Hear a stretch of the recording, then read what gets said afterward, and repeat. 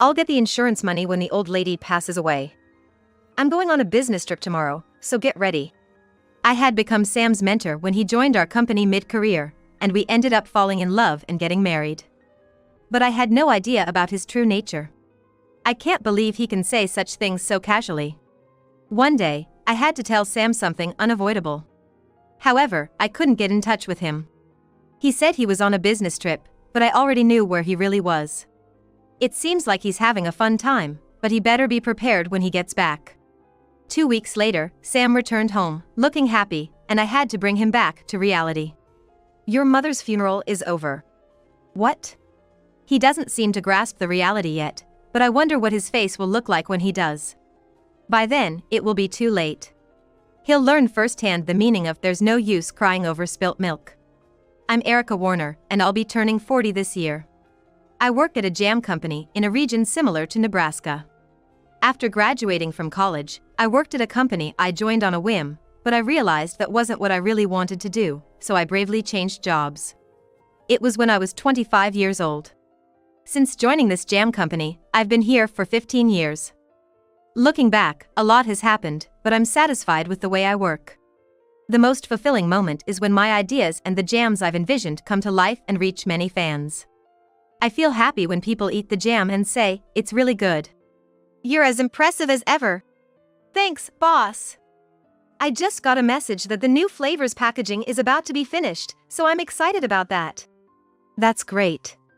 But don't push yourself too hard. Still, this company would be in trouble without you, Erica. Well, thank you for the kind words. The boss, Terry, took over this jam company founded by her husband and is now the second-generation president. She stood up the company single-handedly right after losing her husband, determined not to let it fail. I've always wanted to be like her.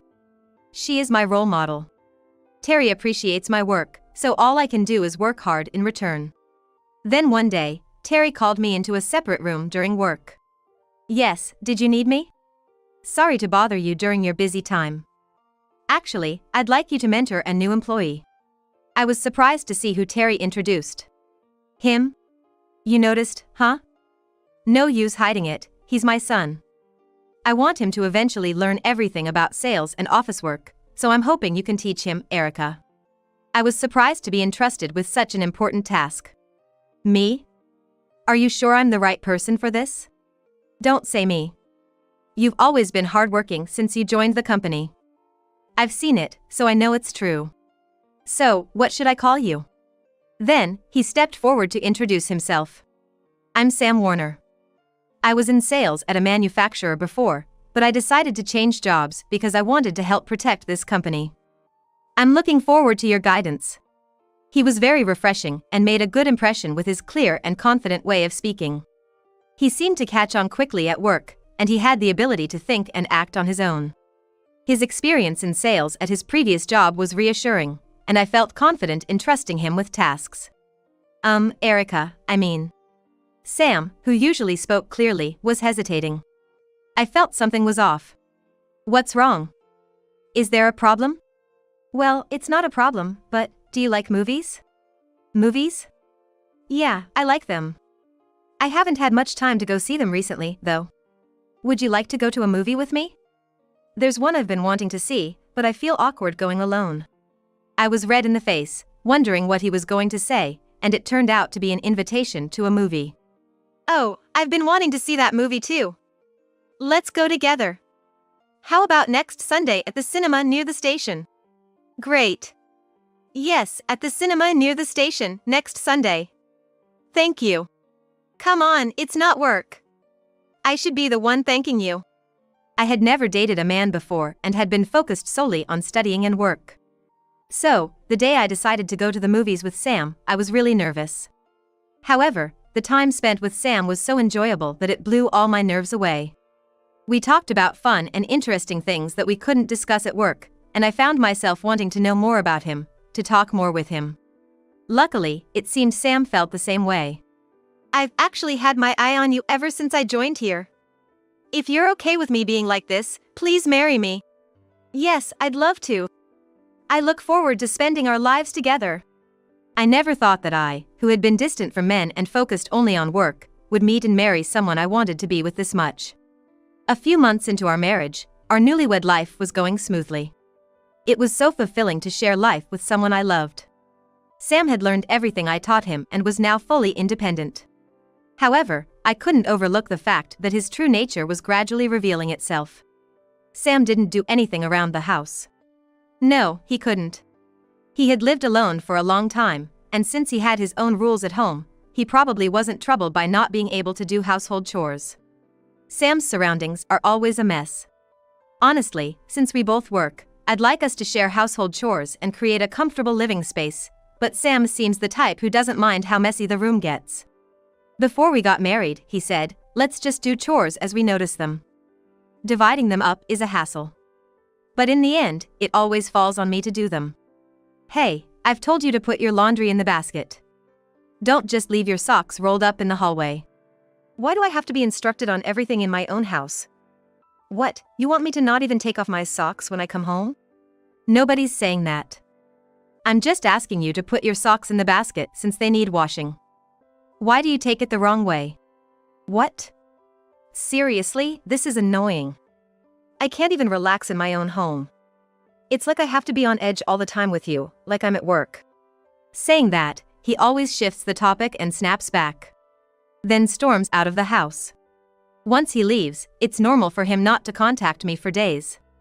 Thankfully, since we got married and I moved to a different department, it's less awkward not to run into him at work. He seems to be showing up to work, but I wish he'd stop clicking his tongue every time we pass each other in the hallway. It's irritating when he does that every time we cross paths. It's like something a grade schooler would do. Then, after a while, he comes home as if nothing happened. I've decided not to stir things up anymore, so I just keep quiet. Hey, Erica, there's a video game I've been interested in recently. It's cool if I buy it, right? He knows I don't like to argue and clam up when things escalate, so he says this knowing I'll give in. We're under the same roof. I don't want to make a big deal and create more problems, so I just agree. Sure, you can buy it. I'm sorry I haven't been considerate enough to understand how tired you are from work. My resistance is feeble, I say I too, but it doesn't seem to resonate with Sam. Or rather, he doesn't notice. It seems like he only heard sure, you can buy it, and is already meticulously choosing which video game to buy online. I can only sigh, thinking of how I worried and agonized over Sam not coming home for days, and now he's acting as if nothing happened. Then one day, I got a call from my mom. My mom and I are very close, and we go on trips together once or twice a year. Since I started working, I've been paying for our trips as a small way of giving back, and inviting my mom has become a tradition. My mom is quite active for her age, so I'm always happy when she eagerly agrees to my invitations. The year before we got married, we went to a place similar to spa resort, so I was thinking maybe spa again this year, or maybe even an amusement park. I was looking at websites when Sam came home without me noticing. What are you looking at so intently? Oh, welcome back. I was just planning a trip with my mom. It's kind of an annual tradition, making memories, you know? Then Sam made a face like he'd tasted something bitter. Really? You're the type who still hangs out with your mom even after becoming an adult? What's so strange about going on a trip with my mom? Strange? Why would it be? I was just deciding whether to go to a spa like last year, or maybe to an amusement park to enjoy some events. So, going on a trip means you'll be leaving the house empty? It's just for one night, so I'll be back soon. Don't worry. Sam looked around the room and replied. We're married, and you're going on a trip with your own mom? What about me? Plus, if the house isn't cleaned for one day, it'll get all dusty, right? I thought to myself, this is rich coming from someone who's never lifted a finger to clean, but I didn't argue. Both of us work during the day and live together, so the house won't get that dirty. Plus, I'll make sure to clean up the day before, so it'll be fine. Anyway, about the trip, I never said it was okay for you to go. Don't you lack a sense of duty as a wife who should protect the home? I thought, I work full-time just like you, but realized it was pointless to argue and stayed silent. After all, as an adult, he shouldn't have any trouble if I'm not home for one night. Sam, misunderstanding something, snorted. Recently, that Mika who joined our company seems way more competent.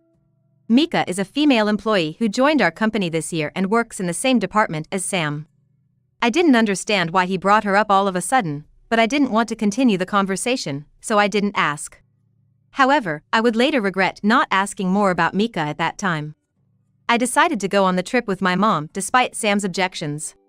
But 5 days before the trip, on Sunday, I received a call from an unknown number. Thinking it might be work-related, I answered casually, only to find it was a call from a hospital. My mother had been urgently transported there after a traffic accident. "What should I do? My mom's been in a traffic accident and taken to the hospital." "Huh, I see." Sam replied distractedly, not taking his eyes off the video game on the TV screen. Worried and unable to stay put, I decided to go to my mother. Fortunately, it was Sunday, and neither of us had work, so I could leave right away. I asked Sam to come with me. "Please come with me, Sam. I'm too anxious to go alone." "Why should I?" "What?" I was speechless at Sam's unexpected response. "Why do I have to go see your old lady? I'm done with this, then I gotta go to work." It was ridiculous, him playing video games and glued to the TV screen, now suddenly claiming he had work. How can you say something like that at a time like this? "What? You think I'm lying?" So annoying. "Annoying, you say? Anyway, I can't go. Just make sure you're back by dinner." Was Sam always like this? Before we got married, he was full of humor and kindness. "You're worried about your dinner at a time like this? What else can you do but housework? I don't know if you've won over my mom or what, but you're being ridiculous thinking you're up to it. At least be competent enough to take care of me and cook. How can you say that when my mom's life is unknown after a traffic accident? I'll get the insurance money when the old lady passes away. I'm going on a business trip tomorrow, so get ready." Despite my concern for my mom and my urgency to get to her, Sam only grumbles about not wanting to go, talking about dinner, his trip tomorrow, and only about himself. If I get wrapped up in his pace, I might end up missing the last chance to see my mom. I can't afford to have that regret. I know what I need to do now. Anyway, I'm going. I don't know if I'll be late, so take care of your own dinner. You can manage your business trip preparation, like clothes and underwear, on your own. Somehow shaking off Sam's complaints, I managed to reach the hospital where my mom is admitted. But the damage from the traffic accident is severe, and my mom's consciousness is unstable. Even when she wakes up, her awareness is not clear, and watching the monitor makes me anxious. I just want her to regain consciousness and get better quickly. I'd stay by her side if I could. However, my constantly ringing phone, mostly messages from Sam, doesn't allow that. The messages are filled with accusations about how I'm a failed wife. Disqualified as a wife. A future president's wife should be more prepared, he writes, blaming me with every word he can think of. My going to the hospital must have really bothered him. The messages grow longer, and reading them becomes a chore. Torn between taking care of my mom, dealing with Sam, and work, my feelings are in turmoil. It's impossible to stay calm in such a situation. Noticing my hectic state between the hospital and work, the boss called me to her office. "I heard from other employees. Your mom's in a critical condition. Don't worry about work right now, just stay with your mom." Thank you. But it was so sudden, I haven't contacted our clients, and I might have to come to the office occasionally, but I don't know when I can fully return to work. Don't worry about that. Just let me know when you have an idea of when you can come back. I'm waiting for your mom to get better and for you to return. Thank you. I'm filled with a mix of gratitude and guilt. Since I'm at work, I should at least finish what I can before going back to the hospital. I opened my computer to work. Then I noticed something on one of the monitors visible from my desk. Our company often rents monthly apartments for jobs in distant locations with top-notch security linked to a security company. We can check the entrance security cameras from our office computers 24/7. On the entrance camera, I noticed 2 figures. Sam?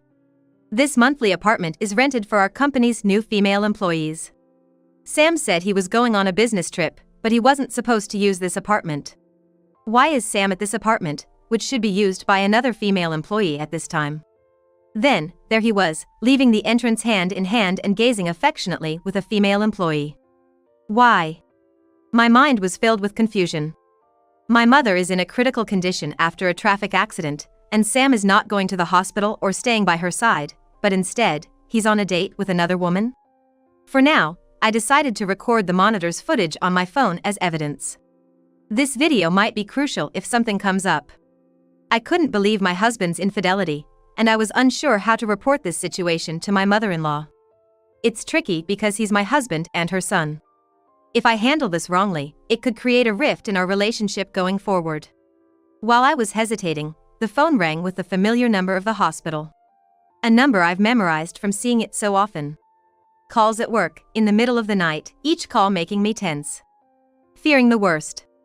A number that brings an overflow of unpleasant thoughts and feelings. I feared that something might have happened while I was away from the hospital. Hesitantly, I answered the phone and was told unbelievable news. I rushed to the hospital. Unable to accept the reality of the situation. I needed to inform Sam. Desperately trying to reach him, the calls wouldn't connect. "Please, pick up the phone." I kept calling, praying, but it went straight to voicemail, showing no sign of reaching Sam.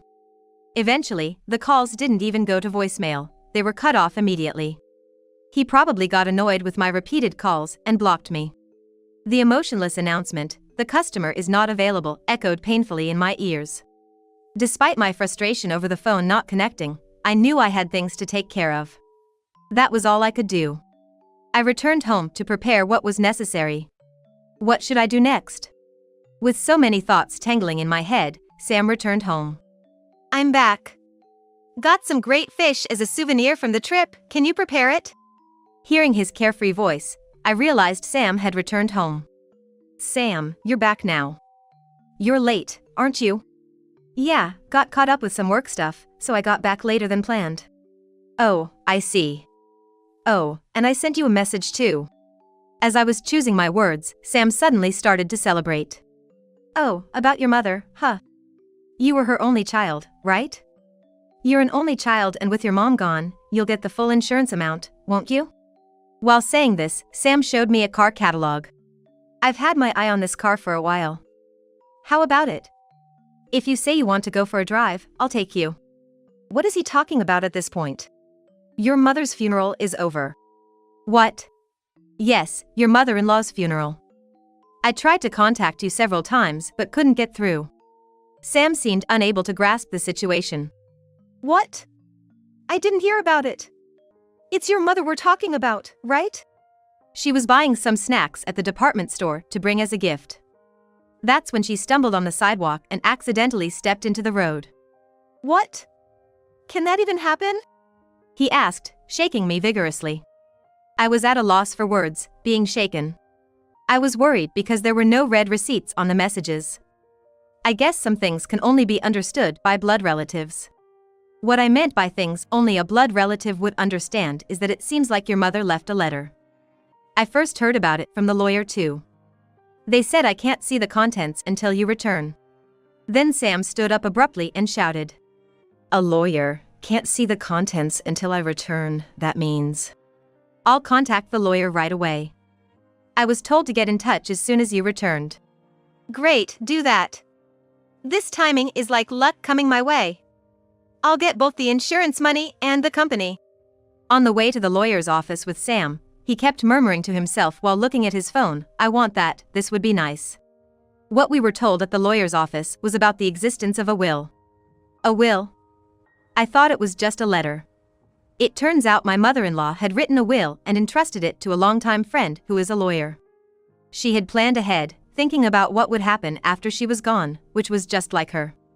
According to the will, the company was to be passed on to me, her daughter-in-law.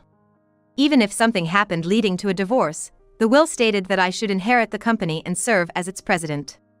I didn't know about this. What? Isn't that odd? Why would the wife become the president when there's a biological son? What about me? The will only mentioned that, so Sam was furious.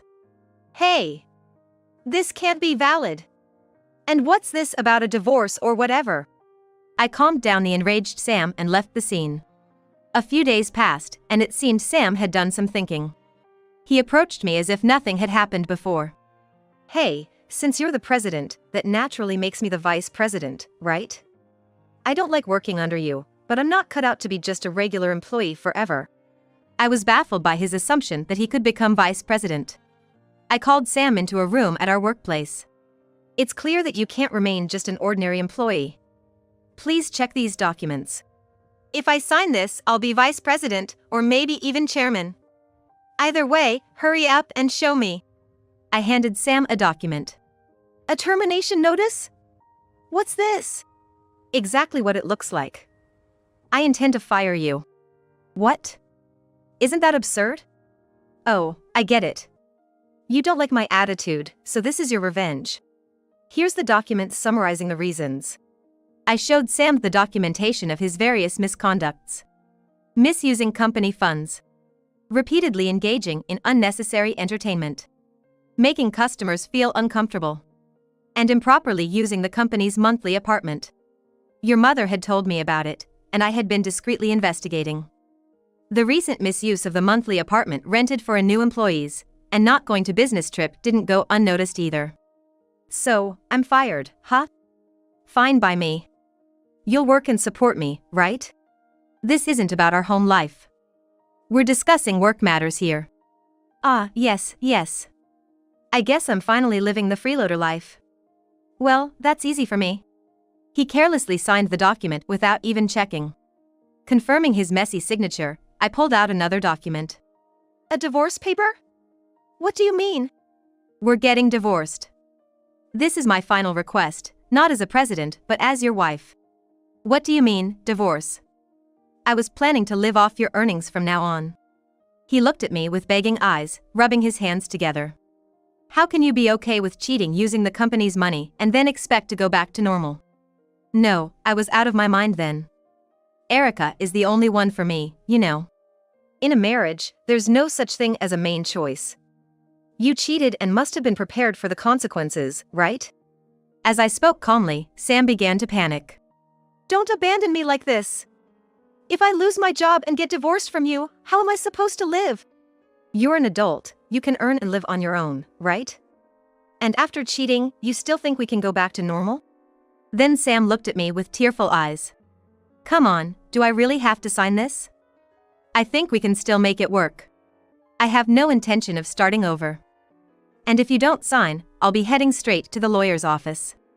Sam, seemingly resigned, signed the divorce papers. I took the signed papers and faced Sam. One last thing to tell you.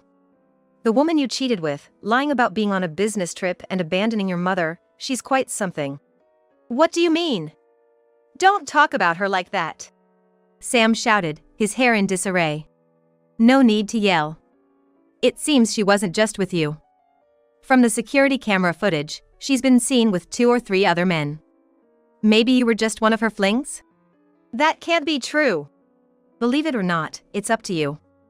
But it's scary to see you not facing reality. I had nothing more to say to Sam. Holding the signed divorce papers, I quickly headed to the city office. I could hear Sam shouting something in the background, but I didn't stop. I eventually divorced Sam. With the lawyer my mother-in-law had appointed, I managed the divorce and alimony claims smoothly. Sam was stubborn until the end, but living with someone who became so self-centered after marriage was more painful. Why did he think we could still work things out after his infidelity? I once asked him. And his answer was unexpected. We're connected at the soul, so I thought we'd never part, no matter what. You understand, right? This feeling. What do you mean all of a sudden? Connected at the soul? I can't understand that reasoning. Well, someone as harmonious as me can hear the voice of the soul. I'm not asking about that. If you can betray someone you're supposedly connected with, sorry, but I'd rather not. In the end, Sam was just a self-centered man who always put himself first. All I have left is the company my former mother-in-law left me. I'm committed to preserving and growing this company as a way to repay her. The company has been doing well, with new products becoming hits and increasing sales. The increased media attention and rising sales are incredibly rewarding. Being supported by many fans has brought me this far, which I am genuinely happy about. However, the pressure often outweighs the joy. I believe there's always a part of me that feels the need to strive harder. Becoming the president and seeing the company continue successfully brings me a sense of relief. Divorce is regrettable, but I see it as a learning experience in life. Sam, who had been fired for causing harm to the company and repeated violations, was now unrelated to me. But unexpectedly, I saw him again. It was during a visit to a supermarket to discuss a new product from my company. While talking to an employee about the product, I heard a familiar voice. Sam, being scolded by an employee who seemed to be his senior despite looking younger, was stocking shelves with a sulking face, unchanged from before. The moment he noticed me, his face lit up as if he'd seen a savior in hell, and he approached me. I always thought I'd see you again someday. What's this all of a sudden? Shouldn't you get back to work? The workplace can't run without me, right? I mean, if you say you want me back, I could consider returning. Does he seriously think the workplace can't run without him? I wonder if he is seriously thinking that. What does he think of his own work capability? I almost burst into laughter thinking about it. But I couldn't laugh in this situation. It's somewhat amazing that he still believes he can return to the company. I smiled and responded. Who would want to call back someone who betrayed their partner and cheated, someone who can't even follow company rules? Well, I mean, we were married, right? You're the president, so you can make it happen, right? No one would oppose you in that small company. Sam laughed mockingly. The former president is someone very important to me. A company important to her as well. And you think you can return after insulting it? No, I mean, it was just a joke. There's nothing more to talk about. Sam's bad habit was unchanged. When he senses a bad situation, he resorts to claiming it's just a joke. Does he think saying it's a joke makes everything okay? Not knowing the difference between what's okay to say and what's not, even as an adult, is pitiful. Or whatever it is. There's something about him that evokes such feelings. I finished up my work quickly and left. By the way, the new employee Sam cheated with got involved with a married man and ended up in a lawsuit. I couldn't see through her, but it seems like I was just swept up in her games. Envious characters never change, it seems. Watching her, I realized she had resigned. When I got the call from a resignation service, I wasn't surprised and felt nothing. She's now struggling in her daily life, being sued for damages by the married man's spouse. Honestly, I learned that people who stray from the right path fall on their own, without needing someone else's intervention. I'm still working hard every day to protect the company left to me by the former president. There are times when work doesn't go as planned or the reputation dips, but I think I'm managing. My mother, who was hospitalized for a long time, is finally getting discharged, which I'm looking forward to. The trip I couldn't take with her that day, once she recovers, we'll enjoy it just the two of us.